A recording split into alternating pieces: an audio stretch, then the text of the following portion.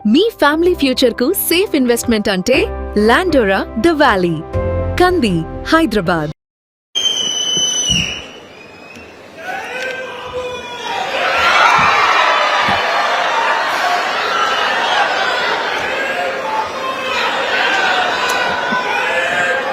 హైదరాబాద్ను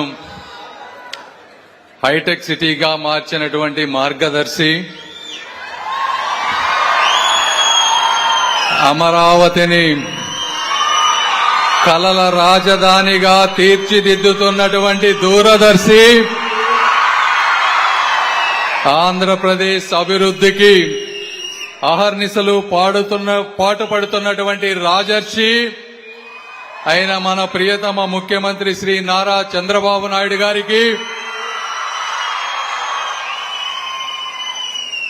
అదేవిధంగా రాజవంశపు వైభవం, స్టాన్ఫోర్డ్ హార్వర్డ్ విజ్ఞానం, అద్వితీయ మేధస్సు, అలుపెరగని శ్రమ, దేశం పట్ల అంకిత భావంతో ఉడాన్ ద్వారా సామాన్యుడికి విమానాశ్రయాన్ని పరిచయం చేసి, వన్ నేషన్ వన్ గ్రిడ్ ద్వారా అంతరాయం లేని విద్యుత్ అనుసంధానంతో ప్రగతికి బాటలు వేసి వికసిత్ భారత లక్ష్యాలకు బాటలు వేస్తున్న మా టెలికాం శాఖ మాత్యులు, కేంద్ర మంత్రివర్యులు శ్రీ జ్యోతిరాదిత్య సింధియా గారికి కరతాళ ధనులతో ఆహ్వానం పలకండి.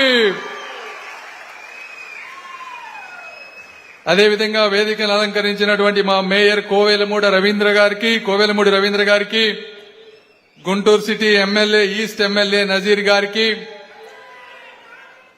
పోస్టల్ అధికారులకు, వీరన్నిటికంటే ముందుగా బీమా అయినా, బ్యాంకింగ్ అయినా, పార్సిల్ అయినా, పెన్షన్ అయినా, ఉత్తరం అయినా, ఆధార్ అయినా, ప్రతి గడపకు ప్రతి గ్రామానికి ఎండలోనూ వానలోనూ నేనున్నానని ప్రభుత్వానికి ప్రజలకు నమ్మకమైన వారధిగా ఉంటూ ఉన్నటువంటి మా జీడీఎస్ సారథులకు స్వాగతం, సుస్వాగతం.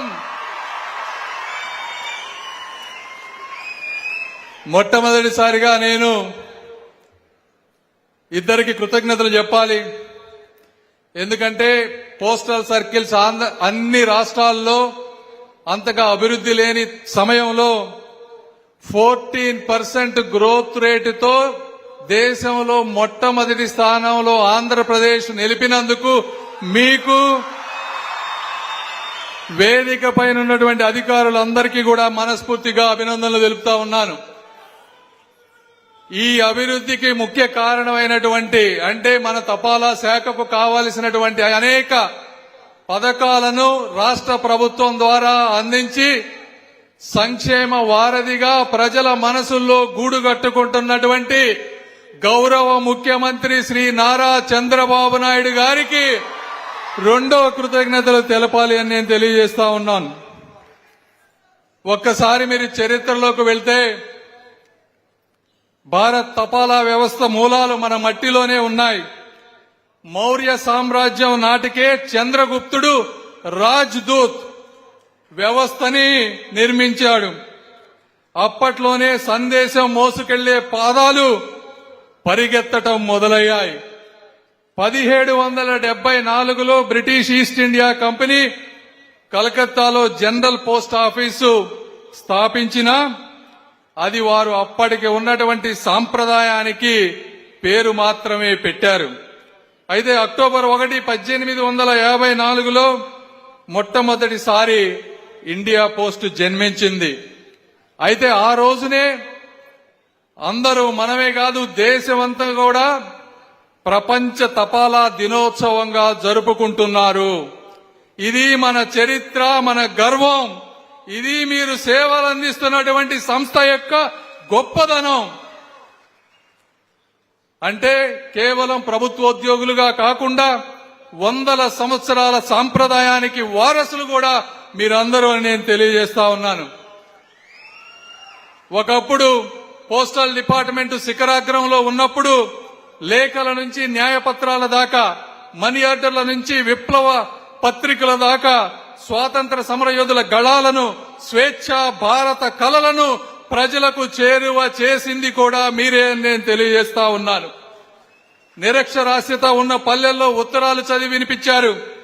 జవాబు రాయటంలో తెలియకపోతే సహాయం చేసి గ్రామాలకి, ప్రపంచానికి ఈ యూనిఫామే ఒక వారధిగా నిలిచింది అంటే అది ఒక రకమైనటువంటి గౌరవం అని మీ అందరికీ తెలియజేస్తా ఉన్నా. అయితే అలాంటి స్థితి నుంచి ఇంటర్నెట్ విప్లవం, సోషల్ మీడియా, ఈమెయిల్, వాట్సాప్ ఇవన్నీ రావడంతో రాత్రికి రాత్రే ఉత్తరాలు అవసరం లేకుండా పోయాయి. 160 ఏళ్లకు పైగా మనం అందించినటువంటి టెలిగ్రాములు 2013లో కంప్లీట్ గా మూతబడ్డాయి. తర్వాత ప్రైవేట్ కొరియర్లు వచ్చినాయి. డిటిడిసి గాని, డిహెచ్ఎల్ గాని అవి టెక్నాలజీతో వచ్చాయి, వేగంతో వచ్చాయి, సంకల్పంతో వచ్చాయి. పార్సిల్ ని రియల్ టైమ్ లో ట్రాకింగ్ చేశారు, ఎస్ఎంఎస్లు పంపించారు, వారాంతాలు వీకెండ్స్ లో డెలివరీ చేశారు, కొంత కస్టమర్లను కూడా తీసుకువెళ్లారు. అయితే ఇవన్నీ వాస్తవాలు. ఎందుకంటే మనం అద్దంలో చూసుకోవాలి. అద్దం ఎప్పుడు కూడా అబద్ధం చెప్పదు, నిజమే చెప్తుంది. ఈరోజు ఇందాక వారు చెప్పినట్టుగా ఈ దేశంలో పోస్టల్ డిపార్ట్మెంట్ లో ఖర్చు దాదాపు 35,000 కోట్ల రూపాయలు ఉంది. అయితే ఆదాయం 13,000 కోట్ల రూపాయలు మాత్రమే ఉంది. ఆంధ్ర రాష్ట్రాన్ని తీసుకుంటే పోయిన సంవత్సరం 600 కోట్ల రూపాయలు మనకు ఆదాయం వస్తే దాదాపు 1800 కోట్ల రూపాయల ఖర్చు అయింది. అయితే ఈ సంవత్సరం 600 నుంచి దాదాపు 850 కోట్ల రూపాయల వరకు మంచి గ్రోత్ తో తీసుకొస్తున్నా కూడా మనం ఈ రోజున 40 రూపాయలు ఆదాయం తీసుకొస్తే 100 రూపాయలు ఖర్చు పెడుతున్నామనే సంగతి మీరెవ్వరు కూడా మర్చిపోవద్దు అని చెప్తా ఉన్నా. ఇంకా బాధాకరమైన విషయం కూడా మీకు చెప్పాలి. దేశం మొత్తం 1,65,000 పోస్ట్ ఆఫీసులు ఉన్నాయి. మనకి 4.5 లక్షల మంది ఉద్యోగులు ఉన్నారు. అందులో జీడీఎస్ 2.5 లక్షల మంది ఉంటే దురదృష్టవశాత్తు 1,00,000 పోస్ట్ ఆఫీసుల్లో సంవత్సరం పాటు మెయిలు, పార్సిల్లో ఒక్క ట్రాన్సాక్షన్ లేని పరిస్థితి కూడా ఉంది అని మీ అందరికి నేను తెలియజేస్తా ఉన్నా. అయితే ఈ విషయాలన్నీ తెలుసుకొని ఈ విధంగా ప్రతి నెల నేను ప్రతి 3 నెలలకి సింధియా గారు రివ్యూ చేయటం మొదలుపెట్టిన తర్వాత 1,05,000 పోస్ట్ ఆఫీసుల నుంచి నిల్ ట్రాన్సాక్షన్ ఉండే వాటిని కేవలం 1,500కు కూడా తీసుకొచ్చామని కూడా మీ అందరికి నేను తెలియజేస్తా ఉన్నా. ప్రపంచంలో ఇప్పుడు ఈ రోజు భారతదేశంలో తీసుకుంటే డిఫెన్స్, రైల్వే తర్వాత అత్యధిక ఉద్యోగులు ఉన్నటువంటి సంస్థ పోస్టల్ సంస్థ. అంటే మనం చేసే పని ఈ దేశ వ్యవస్థని ప్రభావితం చేస్తుంది అని మీరందరూ తెలుసుకోవాలి. ఈ డబ్బు ఎక్కడి నుంచి వస్తారని ఇంత ఖర్చు పెడతా ఉంటే ఒకప్పుడు అంటే అన్ని గవర్నమెంట్ ఉద్యోగాలు ఉండేవి. ఈ రోజున ప్రైవేటు ఉద్యోగస్తులు విపరీతంగా పెరిగిపోయారు. వారు ట్యాక్స్ కడుతున్నారు, ప్రతి వ్యాపారి ట్యాక్స్ కడుతున్నారు. అదేవిధంగా మీరు కూడా ట్యాక్స్ కట్టి వేరే డిపార్ట్మెంట్లను పోషిస్తున్నారనే సంగతి గుర్తుపెట్టుకోవాలి. మీకొచ్చే జీతం, మీకొచ్చే పెన్షన్, మీ పోస్ట్ ఆఫీస్ నిర్వహణ ఇదంతా కూడా భారతదేశంలో ఎంతో మంది కష్టపడి సంపాదించి ట్యాక్సులు కడితే అవి ద్వారా నడుస్తున్నాయి.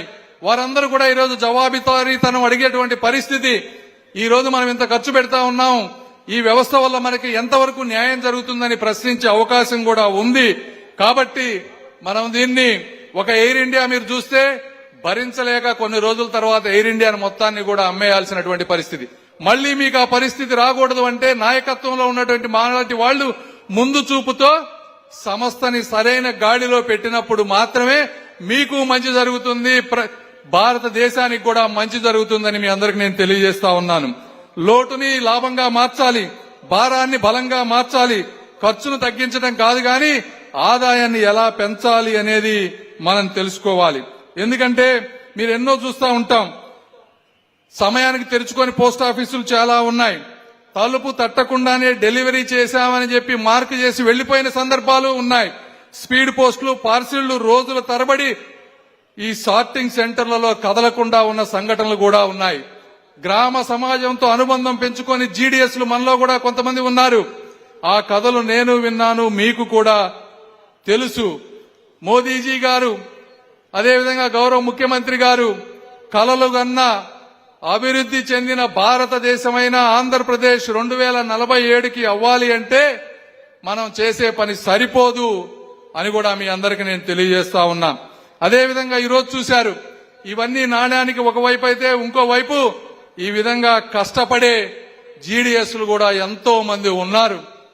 రాత్రనక పగలనక ఎండనక వాననక ప్రతి గ్రామంలో ఇంటింటికి వెళ్లి 100% శాచ్యురేషన్ తో ఈరోజు అనేక పథకాలు, సుకన్య సమృద్ధి యోజన గాని, సేవింగ్ స్కీమ్ గాని, ఈ రెండు స్కీమ్స్ దేశంలోనే అత్యంత ఇంట్రెస్ట్ ఇచ్చేటువంటి స్కీమ్స్. ప్రతి గ్రామంలో ఉన్న ప్రతి ఆడబిడ్డ సుకన్య సమృద్ధి స్కీమ్ లో ఉండాలి. ప్రతి పేదవాడు సేవింగ్స్ లోకి వెళ్ళాలి. వెళ్ళినప్పుడు మాత్రమే వారు కూడా ఒక రిటైర్మెంట్ గాని ఇంకోటి గాని వస్తుంది. దానికి అనుగుణంగా ఉండే విధంగా ప్రతి ఒక్కళ్ళు కూడా కష్టపడాలి అని నేను చెప్తా ఉన్నా. ఇప్పుడు మీరు చూస్తా ఉన్నారు, కొంతమంది అద్భుతంగా పనిచేశారు. ఎందుకు? మీరందరూ కూడా ప్రతి ఒక్కళ్ళు కూడా అయ్యే వనరులున్నాయి, అయ్యే గ్రామాలున్నాయి, అయ్యే మనుషులున్నాయి.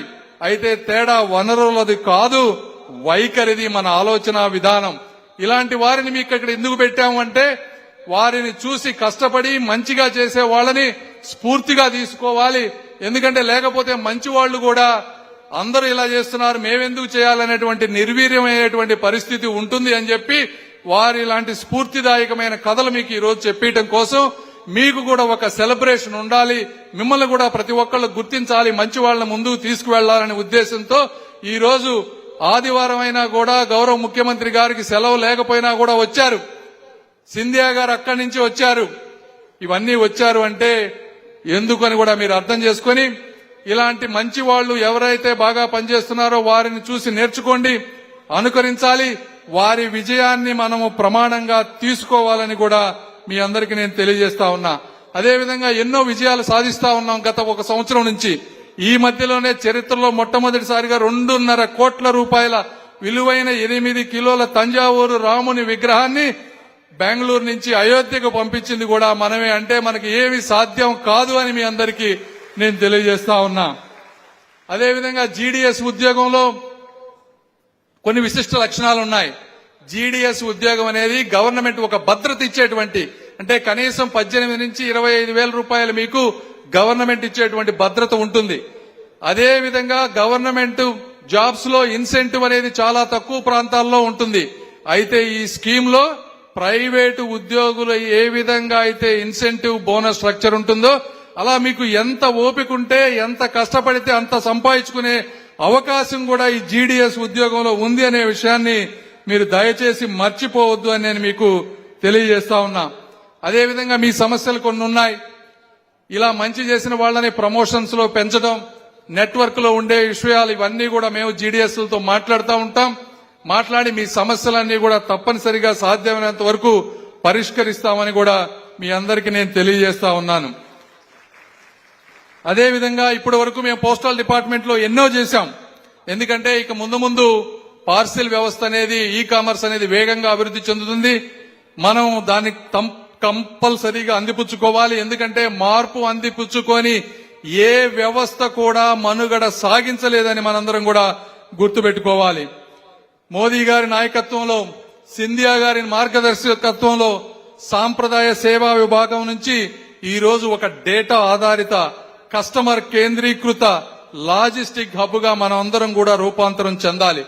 మీరు చూస్తా ఉన్నారు, డిపార్ట్మెంట్ ఆఫ్ పోస్ట్ లో మొట్టమొదటిసారిగా ఎక్కడా లేని విధంగా ఒక చీఫ్ టెక్నాలజీ ఆఫీసర్స్ ని, ఒక చీఫ్ మార్కెటింగ్ ఆఫీసర్ ని, 5 వైస్ సిటిఓల్ని ఈ విధంగా తీసుకొచ్చి ప్రైవేటు సంస్థల్లో ఏ విధంగా అయితే ఐటీతో ముందుకు వెళ్తుందో ఆ విధంగా ఈ రోజు పోస్టల్ డిపార్ట్మెంట్ లో చేస్తా ఉన్నాం.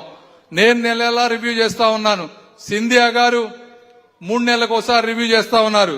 దీని ఫలితం ఏంటయ్యా అంటే, ఇంతకు ముందు గత 5 సంవత్సరాల్లో పోస్టల్ డిపార్ట్మెంట్ లో ఇయర్ ఓవర్ ఇయర్ గ్రోత్ 1.5% ఉంటే ఒక్క క్వార్టర్ లోనే 10 నుంచి 15% గ్రోత్ తీసుకొచ్చారు పోస్టల్ ఉద్యోగులు దేశం అంతా కూడా.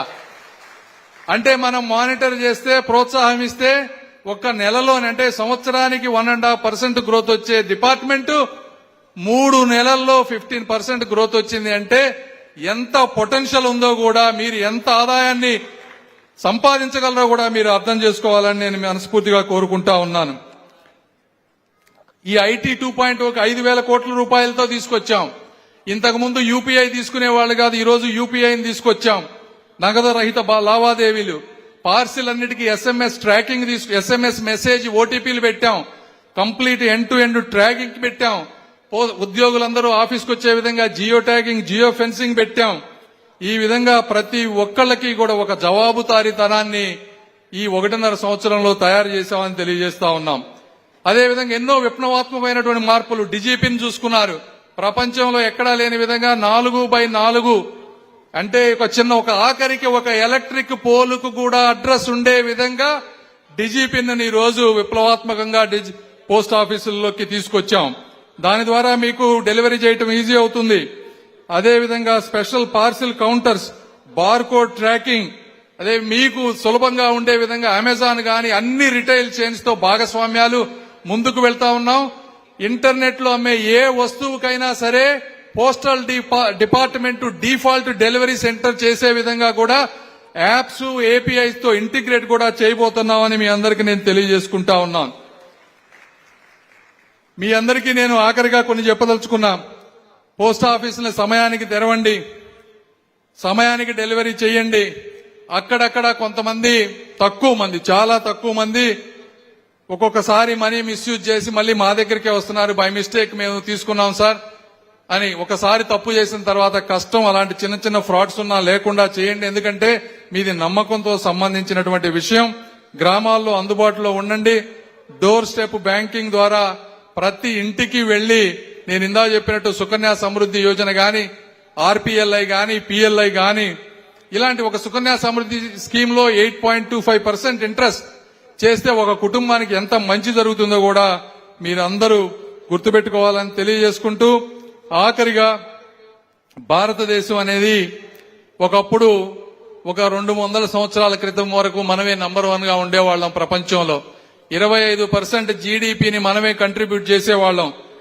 అలాంటి గౌరవం మళ్ళీ మనం నంబర్ 1 అవ్వాలి అంటే అది ఈ దేశ ప్రజల వల్ల మాత్రమే సాధ్యమవుతుంది. ఒక రైతుల కష్టం, చేతి వృత్తుల వారి నైపుణ్యం, ఉపాధ్యాయుల జ్ఞానం, వ్యాపారుల నిజాయితీ అనేది మన అందరి బాధ్యతగా భావించినప్పుడు మాత్రమే ఇది సాధ్యం అవుతుంది. మీరు కేవలం ఒక జీడీఎస్ నేను ఒక్కడే ఈ ప్రపంచాన్ని గాని ఈ భారతదేశాన్ని ఏం మార్చగలమని అనుకోవద్దు. మీ చేతిలో ఉండేటువంటి ఇప్పుడు చూశారు కదా బ్యాగ్, అందులో ఉండే ఉత్తరాలు, అవి ఉత్తరాలు కాదు, ఈ వికసిత్ భారత్ యొక్క ఒక నమ్మకం అని మీ అందరికీ నేను తెలియజేస్తా ఉన్నాను. వికసిత్ భారత్ అంటే రోడ్లు లేకపోతే భవనాలు మాత్రమే కాదు, ప్రతి ఉద్యోగి ప్రతిరోజు తన పనిని గొప్పగా చేయటమే వికసిత్ భారత్. వికసిత్ భారత్ అంటే కేవలం రాజకీయ నాయకులు లేకపోతే లీడర్స్ యొక్క లక్షణం కాదు, ఈ లక్ష్యం కాదు. ఇది మనందరి సమిష్టి బాధ్యత.